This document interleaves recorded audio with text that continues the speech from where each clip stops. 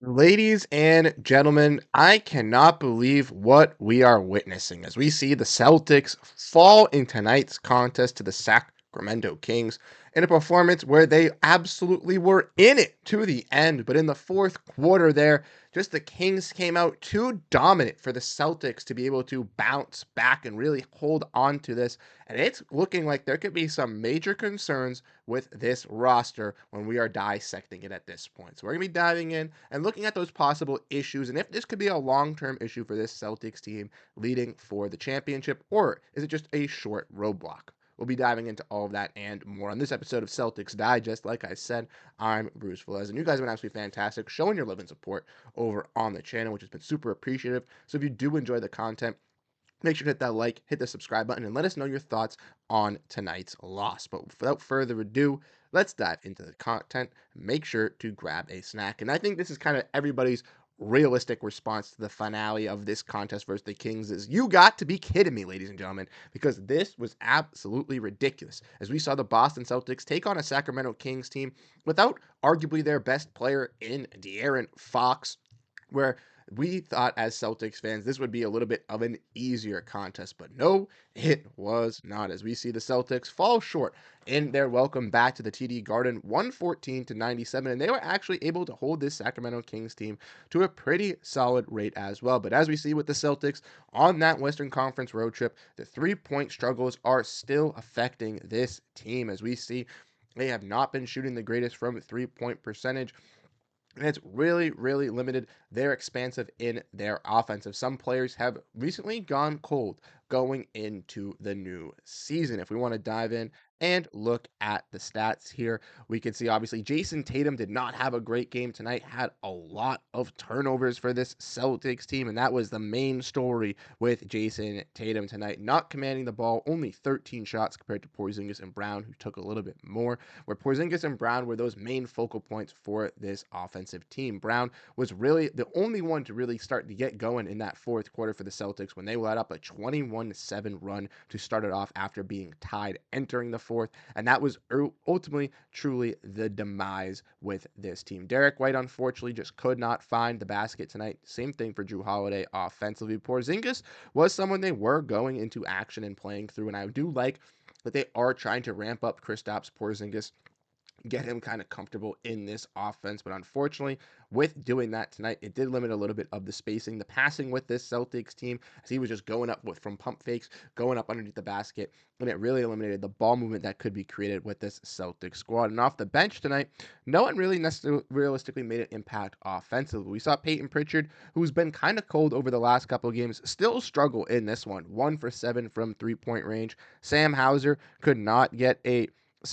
as well, only one three-pointer as well, 1 for 4 from three-point range. And we saw Joe Mazzulla pull the white flag early, sending out some of these end-of-the-rotation guys like Xavier Tillman and Jaden Springer into the mix late in the game. Luke Cornett did solid, maintaining his rim protection and being that, key backup big. But unfortunately for the Celtics tonight, this was just a bad performance. And another key reason why they lost as well was due to the fact of the rebounding. We want to look at Sacramento and look at their main guy, Domantas Sabonis, as they had no De'Aaron Fox. He had 28 rebounds with 20 defensive rebounds there, ladies and gentlemen. The Celtics were unable to get any second chance points, unable to stop a player in Domantas Sabonis, and that was realistically the caveat for this game. Ultimately, as well, like I mentioned, the Kings started to get really, really hot in the fourth quarter, hit 6 threes in this fourth quarter alone, where the Celtics scored 11 threes in totality of the game. That is what is going to limit you in kind of coming back from these games. And it's left a lot of Celtics fans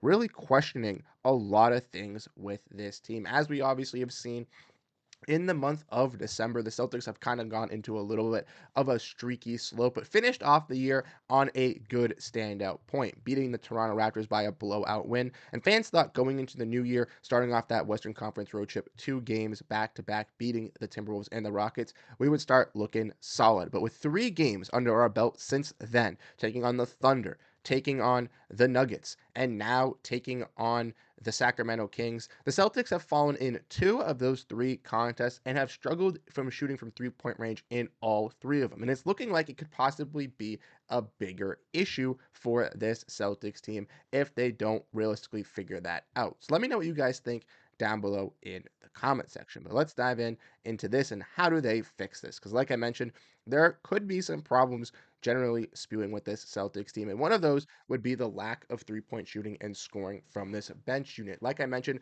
a key player in Peyton Pritchard was really dominant to start off the season for the Celtics and is still in the lead for sixth man of the year. And I don't see him losing any traction to that award at this moment. But in recent contests, Peyton Pritchard hasn't been the best for the Boston Celtics. First, the Oklahoma City Thunder, he scored a total of 0 points. Versus the Denver Nuggets, he didn't really have a great performance. And tonight as well, he did not have a great performance. And that really hinders the Boston Celtics off the bench because they need players like Peyton Pritchard, Sam Hauser to really get this offensive flow going. Finding those players like Luke Cornett, like Namish Keita down low in the crease and to be able to create more opportunities for this Celtics team on the bench. And unfortunately, with some of those players kind of not really hitting their shots and really stepping up, it's left the Celtics with a big hole at that scoring gap when players like Jayson Tatum aren't hitting their shots or when the three-point percentage, it just isn't working as a whole as a team. And it's looking like the Celtics might have to address some of these issues getting closer to the trade deadline. I ultimately think that they will look to make moves at the deadline. A lot of fans have also brought up that the Celtics team last year was basically unstoppable, and a lot of fans kind of figured that this team would be the one that we would see this season, including myself. But ultimately, we have not seen that production of the expertise that we saw last year with a lot of players digressing, getting a little bit older on the defensive side, struggling a little bit more on the three-point percentage. And ultimately, you can factor in that there are some injuries that have been able to throw the case with this. But the Celtics in these last couple of games have been a majority healthy. And the fact that they've still struggled with these things just could be a little bit of a rough patch for this team. But ultimately, I do believe they will be okay. I just think there might be some minor moves around the trade deadline. A player, Jaden Springer, has been, contract been thrown around over the last couple months. I think he will be traded away. The Celtics, I think, could still use some help in a rebounding center if they want to look to move off of Xavier Tillman. If they want to add some additional shooting off the bench, maybe signing and going out and trying to buy out a player in Lonnie Walker to bring back and sign him to a deal, pursuing a player like Torrey Craig or Amir Coffey, even my boy Rob Version brought up Vit Krejci. Players like that I think could be nice pieces for the Celtics to go out and just add for this bench just to have with necessary depth, as Jaden Springer hasn't really cracked that rotation yet for this Celtics team. But like I said, I don't think that this is a panic mode button. I don't think we need to freak out, but the Celtics have, not looked that great this season comparative to last year. And with other teams in the Eastern Conference still being stronger, I don't think it's necessarily as easy as a cakewalk for this team to get to the finals, but I still believe in this team that they will be able to contend, get to the finals, and still, when healthy, are the top team in the Eastern Conference. I just think they're in a little bit of a rough patch. Just got to figure out some of these kinks, get Kristaps Porziņģis back into this team, try to figure out and get Derrick White out of that shooting slump that he was in tonight. Get Tatum more involved. Hopefully he doesn't have a night where he's having bad turnovers. The Celtics can get better on the defensive glass. Try to find some better defensive rebounding, and I think that is the key. But let me know what you guys think down below in the comment section, what you guys ultimately think about this Celtics team, what your reactions are. Do you think this is a freak out moment? Drop it down below, but I ultimately don't think we need to panic just yet, and there should be no panicking at all this season so far with looking at the record. But let me know, like I said, what you guys think, as you guys have been absolutely fantastic dropping down your comments, and I'll catch you guys in the next video. I hope you guys have a great rest of your night, and go Boston Celtics. Peace out, everyone.